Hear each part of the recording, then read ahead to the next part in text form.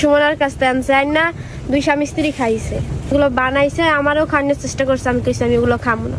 কার কাছ থেকে শিখছেন? সুমনা। সুমনা কি করে? এগুলো বিক্রি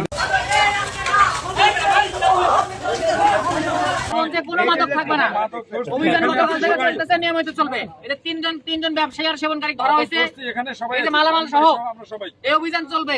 এদের পক্ষে তারা সাফাই গাইতে আসবে, যারা মীমাংসা করতে আসবে, ওদের মাথায় বাড়ি হবে, পায়ে বাড়ি হবে, দড়ি লাগানো হবে, বাপ মা সহ বাড়ি ঘর তো থাকবে না, যেগুলো বিক্রি করে কোনো ছাড় হবে না। সরঞ্জাম সহ 3 ধরা হয়েছে আজকে, অভিযান নিয়মিত চলবে।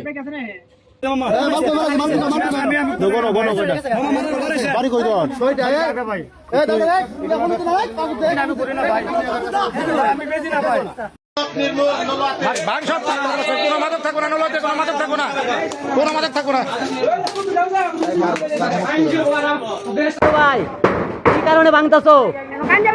গাঞ্জা বেচে, এই গাঞ্জা বিক্রি করলে, মাদক বিক্রি করলে তাদের বিরুদ্ধে এই ধরনের পদক্ষেপ নেওয়া হবে। ভাই এই পর্যন্ত কয়টা করে জ্বালাইছো? 40টা। এই 100 আগুন, এই পর্যন্ত 100 আগুন ধরানো হয়েছে।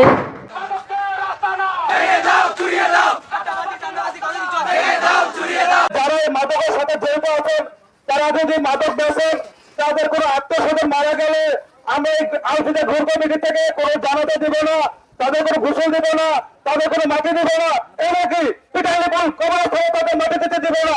আপনারা সাবধান করে দিতেছে, এখন হাতে ভালো হয়ে যান। এই মুহূর্তে ইয়াবার সাথে ধরা খেয়েছে হাতে নাতে দক্ষিণ পাড়ার মুসলিম মিয়া। আর এই তোর নাম কি রে? তোর নাম কি? এই কয় পিস আনছস? কয় পিস আনো? এলাকায় কোনো ইয়াবাখোর থাকবো না, ইয়াবা ব্যবসায়ী থাকবো না, হিরোইন করে হিরোইন ব্যবসায়ী কিছু থাকবো না। তোমাকে আজকে প্রথম দিন বলে গেলাম, আলম ভাইয়ের বেটা কো করে গেল। আগামীকাল যদি অভিযোগ আসে, তোমার পাওয়ার হাত ভাঙা তোমাকে এলাকায় পড়া দিয়ে দিলাম। ঠিক আছে, তোমার টাইম 3 দিন, তুমি গাঁজা ব্যবসা করতে পারবা না। যদি গাঁজা ব্যবসা করো, এখান থেকে একটা পুরি যদি বিক্রি হয়, আমাদের কাছে তথ্য আসে, তোমার এই গাঁজা ব্যবসায়ীর বাড়ি ঘর কিছু থাকবে না। যদি কোনো হেডামালা ব্যক্তি থাকে, সে তো এগুলো রক্ষা করে। ঠিক আছে, হিসাব ক্লিয়ার। নেশাখোর পাইলে নেশাখোরের হাত পা ভাঙা দেওয়া হবে। যেগুলো বেশি ওগুলোর তো কথা নেই, জানাই বাঁচা মনে হবে।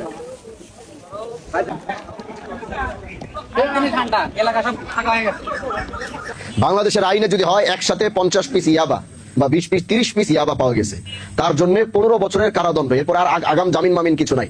এরকম আইন যদি পাশ করা হয়, কালকে থেকে 2% নেমে যাবে, বাকি সব ভালো হয়ে যাবে। আপনারা জানেন যে আপনাদের এই দ্বিতীয় খণ্ডে আমি রাতের বেলা অভিযান করেছি। এখন আমার অভিযান করা দরকার প্রশাসনকে সাথে নিয়ে, প্রশাসনের সহযোগিতা যে পরিমাণে থাকা দরকার আমি এখনো স্যাটিসফ্যাকশন পাইনি, স্যাটিসফাই না।